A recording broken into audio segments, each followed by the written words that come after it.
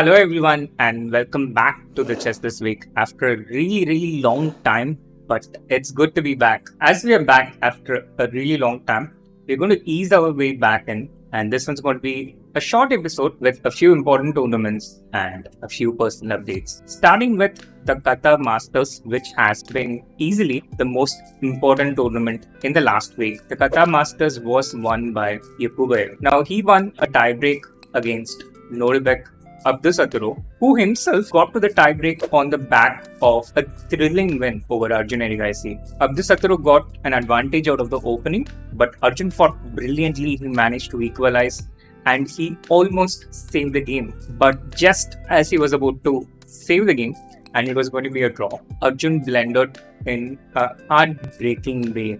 And this probably took all the effort out of Nodibek, and he didn't manage to put his best effort in the tiebreak. And Nodibek Yakubayev, who was almost 100 points less rated than Abdusaturo, won the Battle of Nodibeks and the Qatar Masters. Now, Qatar Masters was not all about exciting, thrilling chess. There were also a few interesting off-the-board events. Now, the first one being Magnus Carlsen, who had a tough tournament. He lost as early as in the second round against Alicia Suleimano. And this was what he had to say after the game. Almost immediately after the game, he tweeted that he was completely crushed in his game today. Not to accuse his opponent of anything, considering Magnus's past history, this was important to clear up, but nevertheless, he expressed his frustration towards the organizers not taking anti-cheating seriously, according to Magnus. No transmission delay, spectators were walking around the hall with smartphones. Now, this raised quite a stir. However,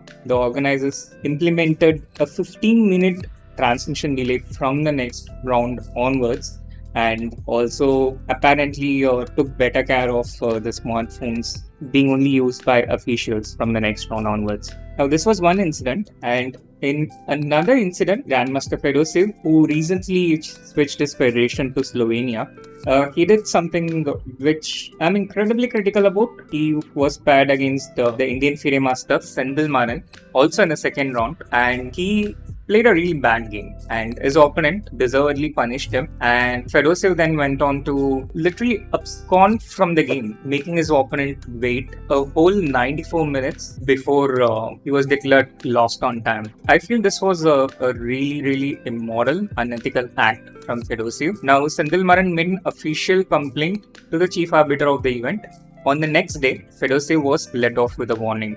In my opinion, this is still a bit too small of consequence, just a mere warning, considering the severity of Fedosev's act. And I do hope that we don't hear the last of this. There are certain other mechanisms which can be pursued by Sendil Maran, who I'm pretty sure would have been distracted by this event and didn't have such a great event post this game against Fedosev. Now, that's not everything about the Qatar Masters Open though. There's also some good news coming in the form of Vaishali earning her final GM now, her third now. Now she reaches a live rating of 2470, and I'm really rooting for her to become India's next Grandmaster. Now, moving on from Qatar, but staying within Asia, a bit of a personal news from my end. We went to the Asian Games in China, and in the team event, we finished with the silver medal. Now, slightly underwhelming, I understand, but nevertheless, the other teams were also really strong and underrated, especially Iran and Uzbekistan. Their fourth boards, the third boards might look lower rated, but they clearly played stronger than their rating suggests.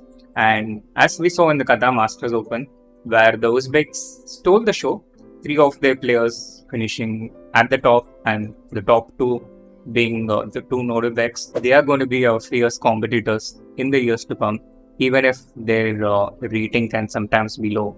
And we also finished in the silver medal in the women's section. China took the gold in women's, and in men, this was won by Iran, who incidentally also won the previous Asian Nations Cup. And Ronak Sadhwani won the World Junior Rapid Championship. He also won the silver medal in the Blitz section. And in other noteworthy events across the world, The US Championship took place quite recently, which included the likes of Fabiano Caruana, Wesley So, Hans Niemann, and this was won by Fabiano Caruana, who moves closer to Magnus Carlsen. Their gap between number 2 and number 1 keeps getting a bit narrower in recent times, and the women's US champion was Teresa Gill.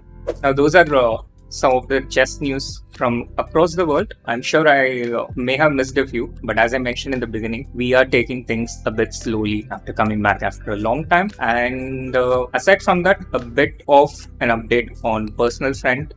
Post World Cup, which was sometime around August, I had decided to take a step back from coaching Arjun after professional differences. And aside from that, I also felt a bit of a burnout after, I would say, a few hectic years almost of back-to-back things without much of a break. So the question of what I'm going to do next, I'm not in a hurry to jump towards anything, and I'm going to let this video take it slow and take my time. But at the moment, I will be doing a chessable course. That's something I'll be working on in the near future. You're free to guess on which topic. And not a lot of coaching assignments coming up, and even the ones that are coming up are not quite mentionable in public. So that's a big update on personal friend. That's this episode of the Chess This Week. If you like the video, then do hit the like button. Subscribe to the channel if you haven't. And see you all hopefully a bit more regularly from here onwards.